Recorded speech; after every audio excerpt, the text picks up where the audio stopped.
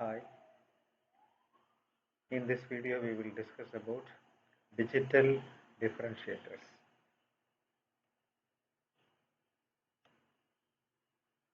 The analog differentiator is having a transfer function is equal to S. This S is actually J into analog frequency, analog radian frequency, capital omega, J capital omega. And we know the relationship between capital omega and digital frequency is capital omega is digital frequency divided by sampling time.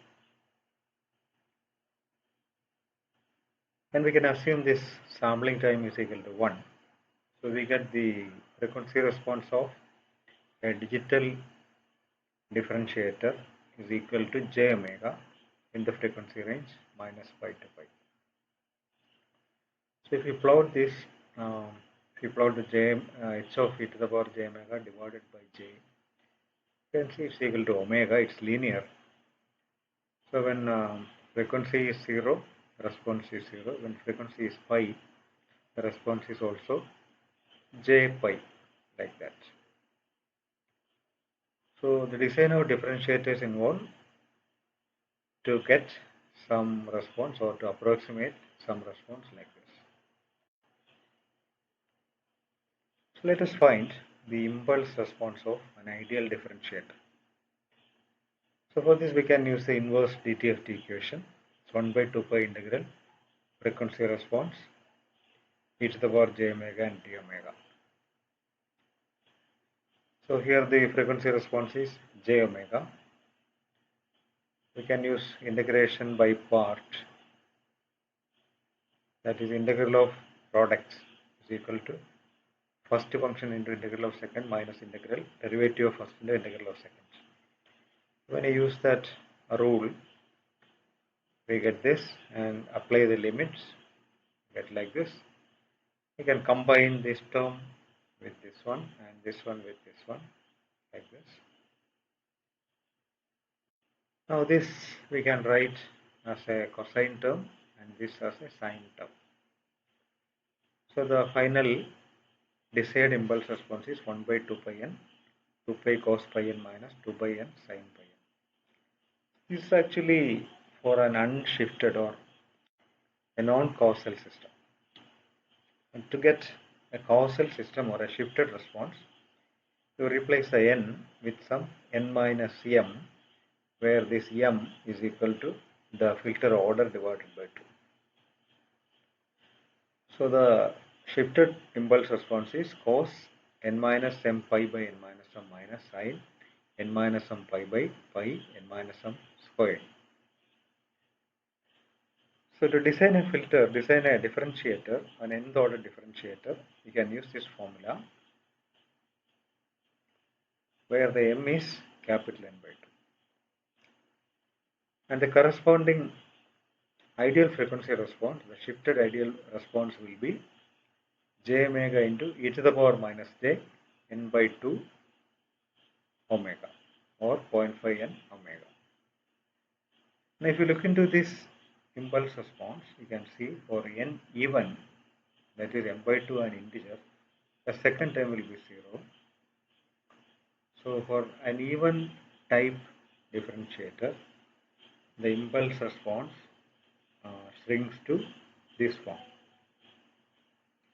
There is actually a confusion with the n is equal to m term because it becomes infinity.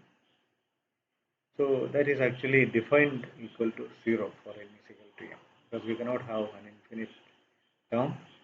So for n is equal to m, it is defined as 0. Now for n odd, you see m by 2 is non-integer, and we can see the first term in this equation becomes 0. So we get the impulse response as minus sine n minus m pi by pi n minus m squared. We can see both are antisymmetric and infinite in length. So we have to make it finite. So for that we can multiply by some required window. That is, the final impulse response is the shifted desired impulse response multiplied with the window function. So this window can be rectangular, Hanning, any window. If it's a rectangular window, it results in direct truncation of the response. Now, if you consider the even and odd case, there are some interesting facts. So, if n is even, we can see it's a type 3 FER filter, and if n is odd, it represents a type 4 filter. And we know for a type 3 filter, it will have automatic zeros at omega is equal to 0 and at omega is equal to pi. So if you consider the response of a type 3 system, if you consider the response of a type 3 system, it will have a 0 here and it will have a 0 at pi. So if you plot it, it will be having some ripples and finally it will drop to 0 here. So it will come something in this shape like this. From here starts like this, goes like this, comes to 0 here. But we know the actual differentiator, we need a linear response from all the frequency range from 0 to pi. So in that way, this even type or type 3 filters, the 0 at omega is equal to pi is not actually a desirable term. So a 0 at omega is equal to 0 is desirable, but the 0 at omega is equal to pi is not desirable. So if you consider the type 3 and type 4 system, so when n is odd, we get a type 4 system, and for a type 4 system, we have a 0 at only at omega is equal to 0. There will not be any 0 at omega is equal to pi. So that means when you consider the n is equal to even and n is equal to odd case, the n is equal to even, that is a type 3 FER filter, is not that good as a differentiator. So whenever we design differentiators, it will be better to select an n which is odd like 1, 3, 5, etc. and ultimately resulting in a type 4 FER differentiator, type 4 differentiator. Now let us see an example. So let us consider, this is actually an approximate type of differential. Let's consider a difference equation yn is equal to xn minus xn minus 1. You can see it's a very simple first order difference equation. And from our previous discussions, we can see it's a first order type 4 FER filter. So when we discussed the 4 types of FER filters, we have seen this example. So the impulse response of H0 is equal to 1 and H1 which is equal to minus 1. So it's antisymmetric and is type 4. Now you can apply the Z transform. YZ is XZ minus Z power minus 1 XZ. We take XZ out and find HZ, which is Y by X, which is equal to 1 minus Z power minus 1. If you put Z is equal to e to the power j omega, you get the frequency response, which is 1 minus e to the power minus j omega. This you can write in this form, and you can see it is j, this term e to the power j 0.5 omega you can write as,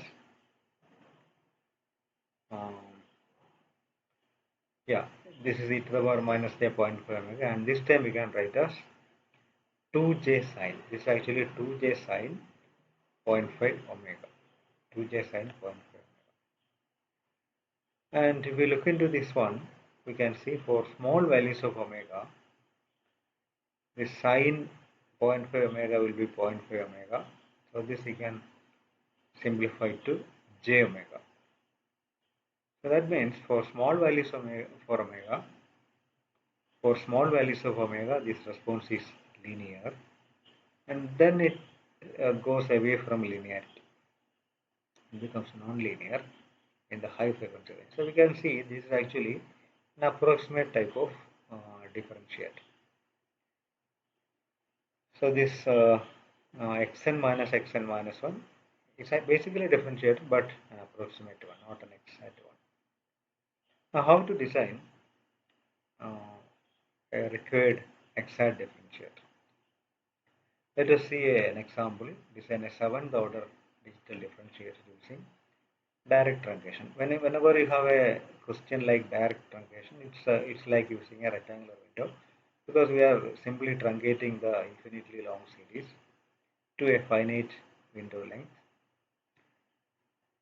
So it's using rectangular window. And here it's n is 7, so we can see it's a n is odd, so it represents the fourth type of FER filter, type 4 of FER filter. And its impulse response, you can see the cosine term becomes 0 in the previous equation. So we have this equation as the basic differentiator equation. So when n is odd, this term is 0. We only have this term minus sign, that term.